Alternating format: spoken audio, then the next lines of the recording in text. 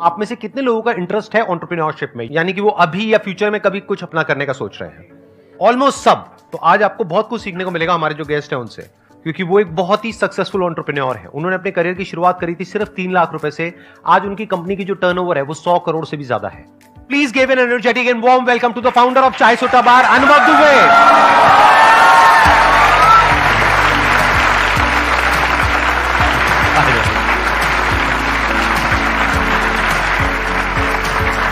Please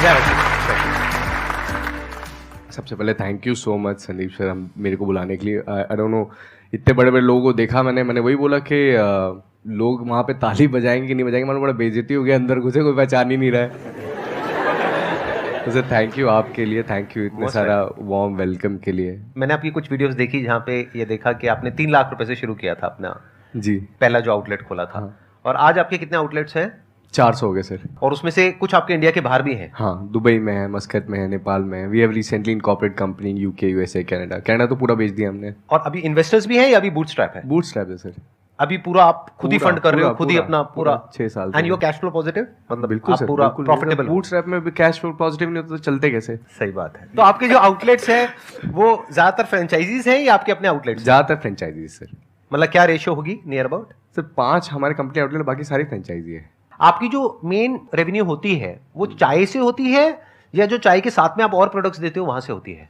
चाय से भी होती है सर, लेकिन चाय तो 10 रुपये हमने रखा कि चाय को देख के लोग आए, बाकी फिर सर मेन मार्जिन खाने में रहता है। वो भी आपने अपने ही ब्रांड के नाम से निकाला हुआ है? हाँ जी। तो आपकी जो प्रोडक्ट रेंज है वो कितनी बड़ी है, इन द सेंस मतलब कितने नंबर ऑफ प्रोडक्ट्स हैं आपके जो खुद के अपने ब्रांड से हैं? स्टार्टिंग में सर हम लोग को जो जो अच्छा लगता था हम सब ऐड करते आते जो हमको पसंद था, तो हमारी 200 की लिस्ट पहुंच गई थी। ओह, बहुत ज्यादा होता है, बहुत उसको मैनेज मैनेज करना ही बड़ा मुश्किल है, इन्वेंटरी और ये वो बहुत। अभी हम जब समझे कि menu designing is also science, तो उसको आपको कम करना चाहिए कि आप कम रॉ मटेरियल से कम, एक सेम एसओपी से कम मैन पावर के साथ में ज़्यादा चीज़ें बना सको। तो हमने अभी उसको कम करके 21 किया है सर अभी।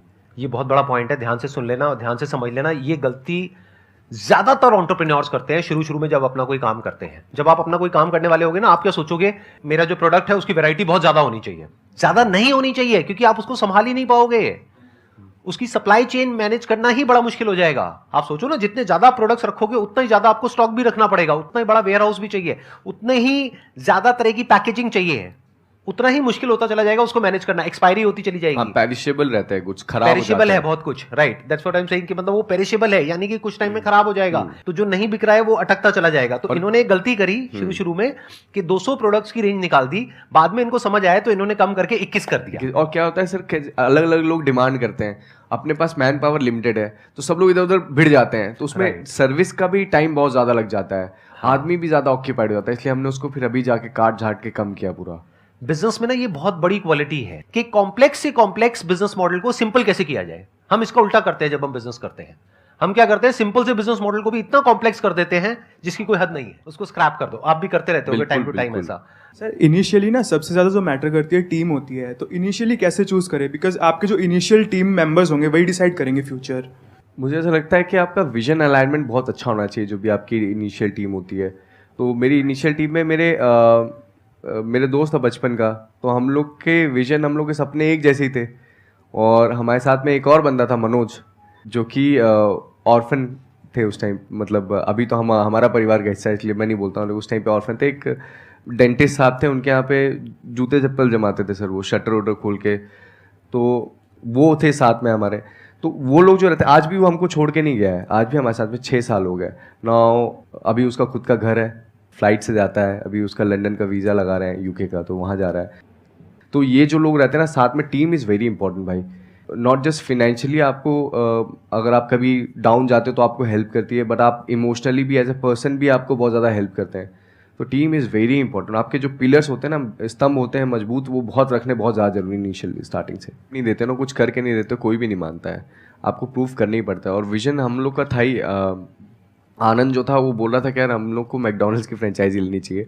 थे हमारे पास 3 लाख की, लेकिन मैकडॉनल्ड्स की फ्रेंचाइजी सोच रहा था। मैकडॉनल्ड्स की तो कई करोड़ की आती है, बहुत महंगी आती है, बहुत महंगी है। तो मैंने बोला कि यार एक तो पैसे नहीं है, फालतू की बात कर रहा है, ऊपर से क्यों अपन ऐसी फ्रेंचाइजी ले, let's create our own franchisee, अपने इंडिया की फ्रेंचाइजी बाहर लेके जाएंगे। तो हम लोग का से स्टार्टिंग से एक विजन था, क्योंकि कुल्हड़ में हम लोग रहते थे, तो हमने बोला भी था, हम लोग का एक समय बीच में बड़ा फेमस भी हुआ था कि जो भी चाय पिएगा वो हमारे देश की मिट्टी को चूमेगा। क्या बात है। ये हमारा एक विजन। हमारी सबकी बेस्ट विशेस आपके साथ में जी है। सर। करिए, पूरी दुनिया में खोलिए अपने आउटलेट्स। तो I think sky is the limit. आप कितने खोल सकते हैं, कोई लिमिट ही नहीं है। तो डे 1 से इनकी विजन बड़ी थी। अगर आप मेरे से ये सवाल पूछेंगे तो मेरी डे 1 से इतनी बड़ी विजन नहीं थी। जब मैंने अपना काम शुरू किया था, मेरा ये था कि हाँ, जो मैं अभी बिजनेस कर रहा हूं उससे थोड़ा सा इतना ऊपर हो जाएगा, या जो हमारे कॉम्पिटिटर है जो 20 साल से कर रहे थे, मेरा विजन बस वहां तक था। लेकिन बाद में जब हमने करना शुरू किया तो धीरे धीरे हमने पूरी मार्केट को एक्सपैंड कर दिया।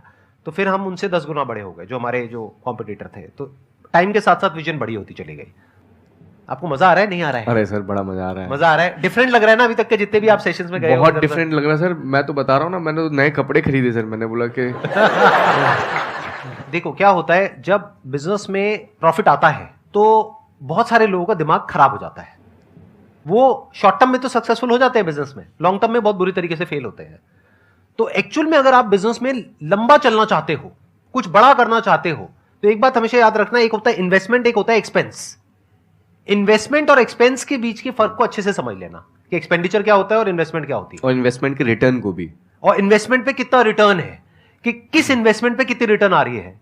एक ऐसी इन्वेस्टमेंट हो सकती है जहां पे रिटर्न आ रही है 5-10% की, एक ऐसी इन्वेस्टमेंट हो सकती है जहां पे रिटर्न आ रही है 100% की, और पता लगा आप एक्सपेंडिचर कर रहे हो जहां पे रिटर्न माइनस में है। मेरे ऐसे बहुत सारे दोस्तों के साथ में हुआ है। मैं देखने में यंग लगता हूं लेकिन मेरी एज बहुत ज्यादा है। तो मैंने लाइफ में बहुत तरह तरह के एक्सपीरियंसेस देखे हैं। ऐसे भी दोस्त देखे हैं जो पैसे को बचा बचा करके चले और आज भी अच्छा कर रहे हैं अपनी लाइफ में, और ऐसे भी देखे जिन्होंने काम किया, वहां से पैसा आया, अगले दिन जा करके गाड़ी लेकर के आ गए 40 लाख की, 50 लाख की, और उसके बाद में आकर के मेरे ऊपर स्टाइल मार रहे हैं कि देख तू वहीं का वहीं रह गया और मेरे को देख मैं कहां निकल गया। मैंने कहा बेटा वो तो वक्त बताएगा कौन कहां निकलेगा।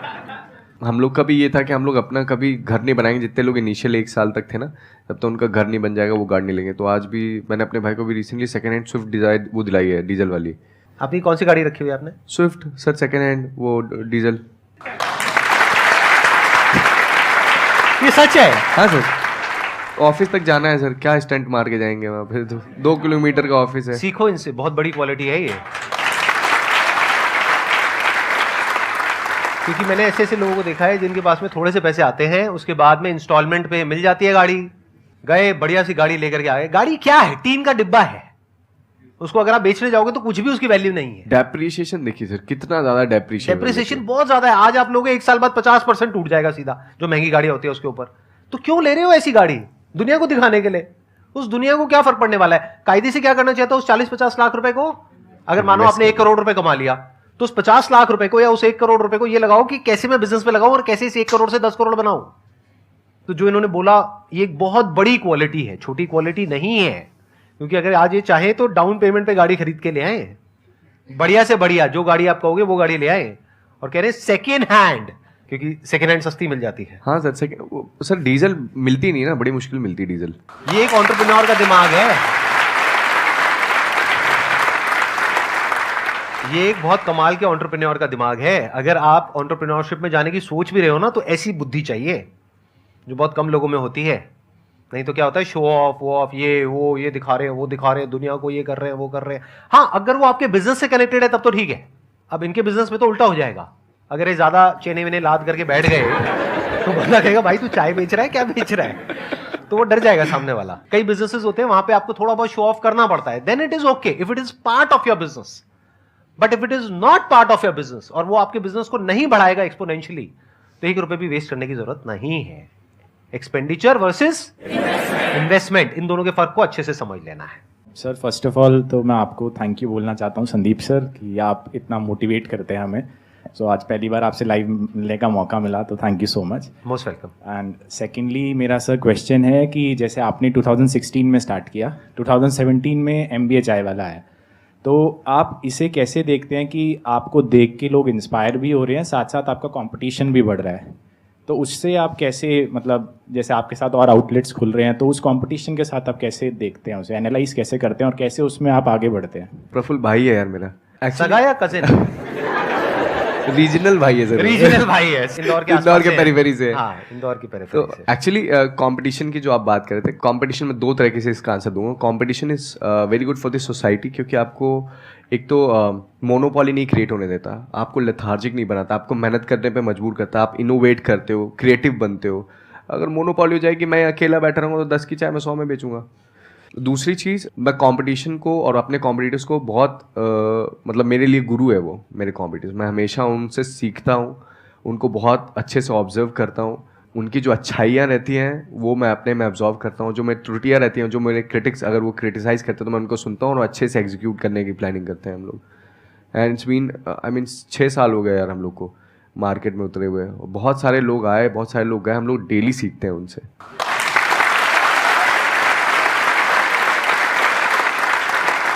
आप भी पानी पी लीजिए, आपके गले में ना कुछ खराश आ रही होगी, वो पीछे आ रही बता है। रहे हैं। हाँ, चाय मंगाओगे आपके लिए? नहीं, मैं चाय नहीं पीता। MBA चाय वाला की? नहीं, चाय नहीं पीता। आप चाय नहीं पीते? नहीं सर। तो टेस्ट कौन करता है, मतलब बहुत प्रोडक्ट सारे- टेस्टिंग है वो कौन करता है? बहुत सारे लोग हैं सर टेस्ट करने के लिए, सब चाय वाले हैं, सबको पसंद आ जाती है। मैं सर कभी अच्छा। पी नहीं, मुझे कभी पसंद आई नहीं मतलब। ये बात हम रखें या एडिट कर दे? अरे रखिए सर, क्या है इसमें। जैसे बोलते नहीं कि हलवाई अपनी मिठाई खुद नहीं खाता है, तो कुछ ऐसा ही हो गया ना रियल लाइफ में। जो लोगों को पसंद है सर वो बेचना है हमको, जो मेरे को पसंद है वो थोड़ी। First of all thank you sir, आप बहुत मोटिवेट करते हैं, आप इंस्पिरेशन है। और थैंक यू सर, आपको भी आज आप आए, बहुत अच्छा लग रहा है। और सर मैंने कुछ लिखा है, रैप लिखा है, मैं आपके लिए सुनाना चाहूँगा, जस्ट 1 मिनट का है। तो ये लिखा है कि सर जी एक रैप लिखा है जो आपको सुनाना है, प्यार आपसे कितना है आज दिल से बताना है, बहुतों की ज़िंदगी को आसान किया है आपने, आज मुझे भी आपकी तारीफ में कुछ सुनाना है। बंदा तू अजब है, अंदाज तेरा गजब है, बदलता है तू किस्मत है, तू लौंडा एकदम अलग है।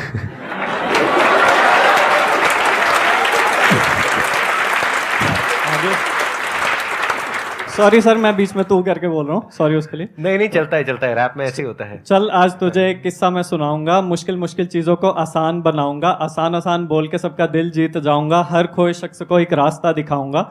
अब बात उसकी आती है जिस पे मेरी जा जाती है, you are the god of motivation, कलम मेरी बताती है। चल आजा बेटे अब स्पीड में मैं गाता हूँ, कलम से लिखता हूँ, जज्बातों को बताता हूँ, आग लगा दूंगा इस दुनिया में आया हूँ, हरियाणा का मैं छोरा हूँ, समझ में ना आता हूँ। यूं तो संदीप सर की बात ही कुछ निराली है, किस्मत भी हार जाए ऐसी मेहनत कर डाली है, अकेले चलने वालों के होते हैं काफिले, सीरियसली माई मैन क्या बात कर डाली है। लास्ट में है कि तेरे जैसा है नहीं इस दुनिया में कोई बंदा, हर कोई लगा है बनाने में अपना धंधा, तेरी एफर्मेशंस की तो बात ही निराली है, मुर्दे भी जाग जाए ऐसी मोटिवेशन कर डाली है।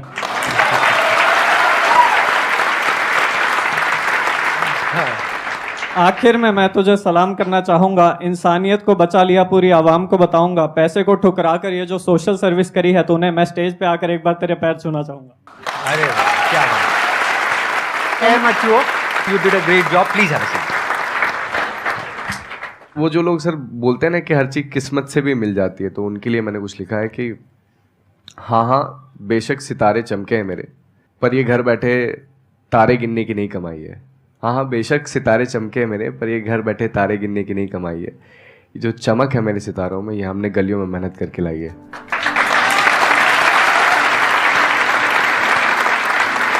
Thank you so much for coming, Thank it means you, a lot to thank me you, and to thank everybody you. यहाँ पर। Thank and thank you all यहाँ पर आने के लिए एंड इस सेशन को अटेंड करने। Thank you so